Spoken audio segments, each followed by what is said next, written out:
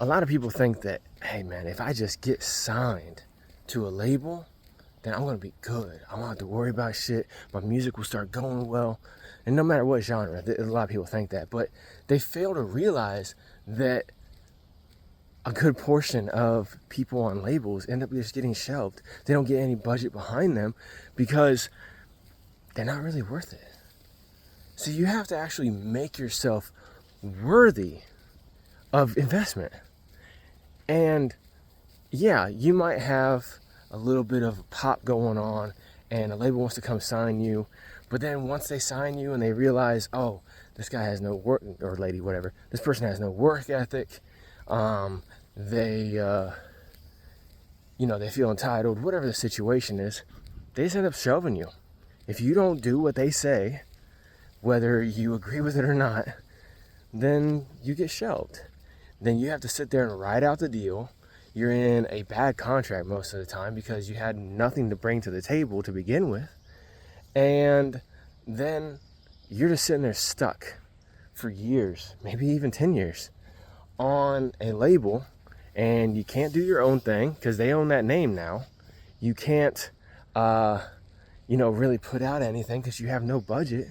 And any money that you do make, they get a percentage off of because you're in a bad deal. But guess what? Hey, you got signed. You know what I'm saying? Hey, at least you're on a label. Well, you got signed. That's what everybody dreams of, right? See, it doesn't make any fucking sense to me. And a lot of things don't make sense to me. That's part of my mental psychosis, though. But that's actually kind of my superpower. Because if it doesn't make sense, and I can't figure out how to make it make sense, I just write it off as bullshit. So for 90% of people, getting signed to a label is bullshit because it doesn't make sense. You might as well just stay indie. Because if you're going to a label with your hand out, begging, you're going to get screwed. And a lot of times, if you're one of the type of people that don't know how to get for yourself, and you end up having your hand out for other people to help you, you're not really going to make it regardless, right? So if you just stay indie, you'll eventually end up quitting and going to work on a regular job and just kind of doing music for fun or whatever, right? And that's fine, because the hobbyists in music, no matter what genre, they tend to have a lot of fun because they're not focusing on the dollars and cents, the business, nothing like that. It's just their hobby. It's just like golfing or any other kind of hobby, right? Crafts. It's like having an arts and crafts hobby, right? Yeah, you make a few bucks here and there from selling some of your crafts, AKA performing or whatever, right? You make a few bucks or whatever, but most of the time you're just putting money into it. It's a hobby. It's like RC cars or some shit, you know what I'm saying?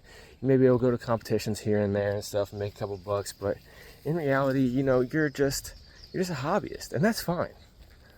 But having this mentality that, oh man, I don't want to do the business stuff. I don't want to do any of the marketing. Marketing is such garbage. Promotion is it's a scam, right? I hear that shit all the time. I had an artist tell me that marketing and promotion is a scam, and I said, you don't need to be in the music business. You just need to stay as a hobby artist. Because, and some of y'all may be laughing right now as you just heard me say that, but it's just retarded, right? Straight up, I don't care if you don't like the word retarded. It's fucking retarded, okay? And I ain't talking about fucking Down syndrome people either. I'm talking about this fucking retarded, okay? But the actual definition of the word to retard something. But anyway, those people, they just need to stay hobby artists, okay? Because what they're looking for is they're like, man, I just want to play music. I just want to make music. I don't want to worry about the promotion and all that shit. Okay, cool. There's a place for you. But thinking that once you get signed to a label, you're going to be set is a bad mindset to sit in, right? And I've seen this all the time where people will sign to a small indie label and they act like they just got signed to Universal, right? And then they're sitting there wondering why they don't have a $1 million budget, why they didn't get no sign-on bonus, all this shit. And he's like, yo, You just sign on to an indie label. That's basically just like a collective of people trying to work together to help each other. I mean, that's what a real indie label is. You got two different versions of indie labels, right? You have what I just said, a collection of individuals who work together to try to help each other, which I know of a few. I know of one over in the UK known as Bard Picasso. Dope label over there. Those people are like a fucking family. They work together to help each other. They put on shows with each other. They do all kinds of help for each other. They'll be like, oh yeah, I'll fucking hold the camera for you and shit like that. They won't charge people because they know, hey, if I need him to hold the camera, he's gonna get me back, right? Or whatever, right? They're like a family. They help each other.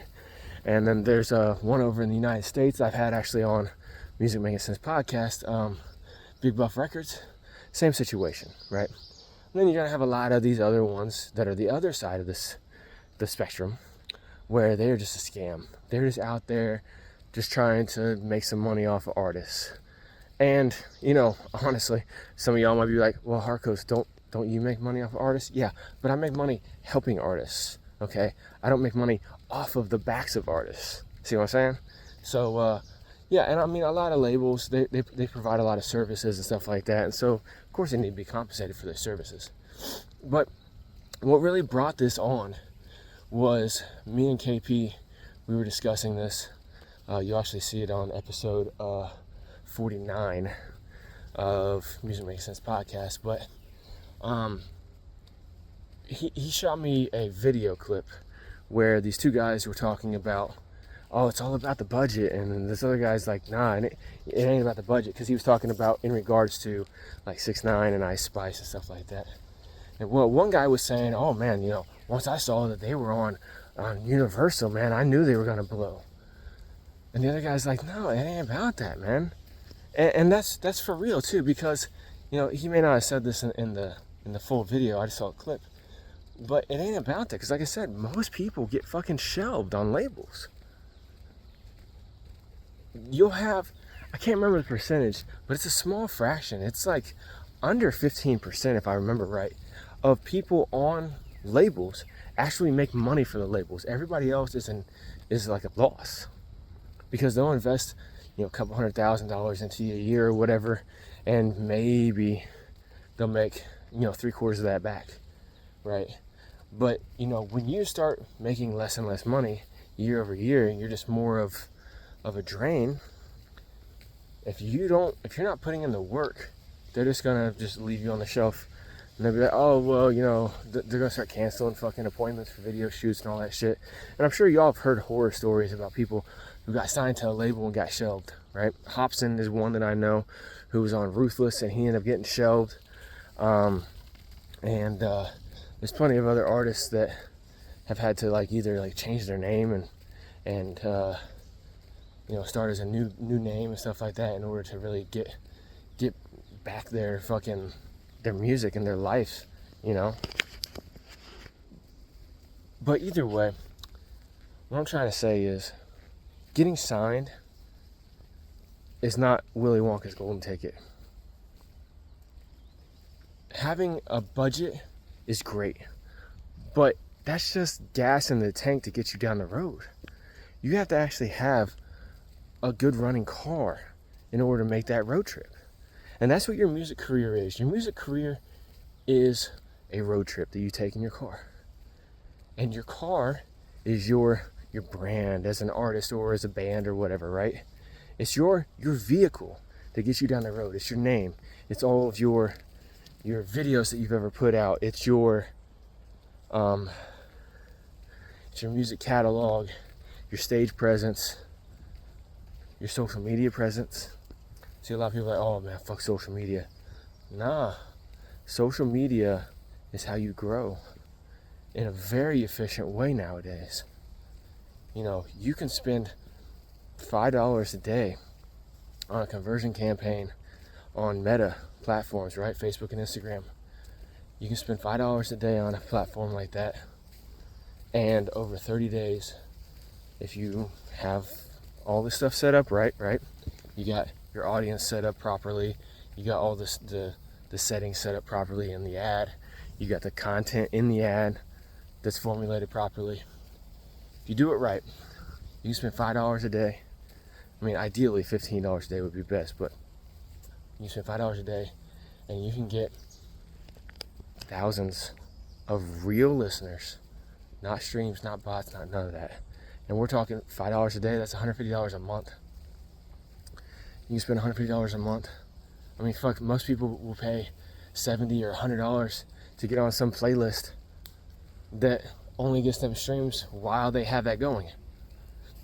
However, if you run a conversion campaign on Facebook properly, Facebook, Instagram, shit like that on Meta, if you run a conversion campaign properly, you will not only get thousands of streams, but you will get thousands of listeners, and you will get hundreds of saves and individual playlist ads. And that's what you want. You want individual people to add you to their workout playlist and shit like that they only listen to. You don't want to be on playlists with millions of listeners. You don't want to be on one playlist. I've said this before. You don't want to be on one playlist with millions of listeners. You want to be on a million playlists with one listener each. Because that is going to build your profile within the streaming platforms way better. Because now all the numbers start hitting properly. Because when Spotify, for instance, or any streaming platform, when their recommendation engine is working, what they do is they see all different metrics, not just your stream numbers, but they look at how many streams per listener you're getting. So how many times each person who listens to not just one song, but your catalog, right? How many saves you got. I got to put this back on, y'all. I tried to shoot the video without this, but get fucking attacked by bugs, especially in this area right here. It's really wooded. But anyway, it looks at how many times people are listening to songs in your catalog. It looks at how many times they've saved it to like their individual playlist. How many saves that they save that song for listen to later or whatever and shit. They look at all that stuff, and then they look at what kind of songs those people also listen to, and then they find out, oh, okay, so we know that this type of person likes to listen to this artist. So when they start recommending you to people, whether or not you put money behind it or not, they'll start recommending you organically for organic growth. And that organic growth is going to go based off of all those metrics. They're going to be like, okay, so we know this type of person likes this person. So, okay, here's a bunch of people like that person within a range who would probably like it. And then they go and put it in front of them. And if they like it, they're like, okay, cool, let's go find some more people, right? Because their job is not to promote you. Their job is to keep people happy and listening to music. So if they can put music in front of people that keeps them happy, that's what they want. And then if they keep the producer, you, who are producing the music, you're creating the music, if they keep you happy by giving you organic streams and stuff like that, and putting yourself in front of the right people, you're going to keep creating content. That's a proper business relationship. That's what these platforms run on. And then, of course, when you give them money, they're like, oh, okay, here, we'll push it in front of more people like this. We'll open the percentage up a little bit and push to some people who might like it. See, like I said, you have to build your car first. And even if you do end up getting signed to a label, if you have a car built properly and they just come along and they're like, hey, look, we got some money for you, but mostly we got a lot of resources and knowledge and expertise that we'll put behind you. You already have your brand built. We're not going to touch anything. We just want to take a percentage for helping you. Boom, done. You know what I'm saying? Now, what you brought to the table was everything, and what they brought to the table was just a bigger place, a bigger table to eat off of. That's what you want out of getting signed to a label. At some point, if you do it properly, you're going to eventually need to get signed to a label, because you can only do so much and you can only go so far by yourself. But you need to grow by yourself as much as possible. And I don't mean 100% by yourself. I'm talking about you learning the business, doing what you can, and then also hiring people who have expertise in specific things and hiring them for specific jobs. Like, for instance, me. I do marketing, right? I do marketing, video editing, website development, brand building, all that kind of stuff, right? You can find me always posting stuff right here where you're hearing this, but also apexmusicsystem.com. Reach out to me and shit. But you hire somebody like me to do specific jobs for you. I take some of that weight off of you. Now you can focus on other areas of your car. You know, you can focus in other aspects of your music business that you're building. And again, if you don't want to focus on the business shit, you need to either pay somebody like me to focus on it for you, or you need to just stick being a hobbyist and don't worry about money, because that's where you're at. But if you're a hobbyist, definitely don't try to get signed to a label. But if you build a real business and you have a car going, you built your car right, and you're actually getting shit moving on your own, then when a label does come around, you're going to be in a much better situation. So focus on that. So focus on that, all right? Focus on having your car built well. And by car, I mean music career. So focus on building your profile as a musician, as an artist. Build that up as much as you can before you even entertain any offers from any labels. Because then you will be able to have a successful career instead of being a has-been or somebody nobody's ever heard of because you got signed too early and you got signed to the wrong deal and you just got screwed over. I don't want that for you, and you don't want that for you. All right? Getting a one-time $250,000 check is not worth it. It's not worth never being able to run under that name ever again. It's not worth essentially being indebted to a company, especially a big corporation. And when you don't do what they want you to do, well, now you're in a world of hurt. Now you owe them all that money back. And you have no way to pay it. So now what are you going to do? Now you're going to go out on a tour and perform songs that you don't want to perform, that you don't want to do, in order to try to earn that money back for them. You got to work your way off the deal. You got to go and create some more music. But guess what? Since you owe them money, you can't ask for more money. So you got to figure out how to get that money and produce that album yourself. So you gotta go more in debt. It's a fucked up situation. I've heard many different artists talk about it. T-Pain has talked about it. You know, he, whenever he got off of his deal with Convict Music, he just created a fucking album. He just went in there. I think he said he was high and drunk as fuck. And just in one day, just created an album just to be like, okay, there's my 4th album, bye. Right? To get off the fucking deal. So, again, when you're sitting here thinking, man, how do I get this music thing going for me? First, identify if you're a hobby artist or if you actually want it to be a career. If you actually want to learn about the business.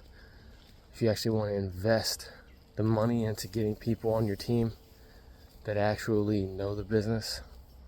That way you can build properly. And then when that great opportunity comes along to get signed to a bigger label or a better deal, you actually got something to bring to the table and you can actually get it going. But I'm gonna get the fuck up out of here. Usually I try to keep these around 10 to 15 minutes, but this one was about 20, so hopefully y'all got something out of this. As always, you know, hit all the buttons and shit like that. Keep tuning in, but shoot me a message, apexmusicsystem.com. Shoot me a message and let me know what you thought about this video. Let me know if you got any arguments against me. If you didn't agree with something I said, let me know. You can say in the comments if you want to, but reach out to me directly. Let's talk.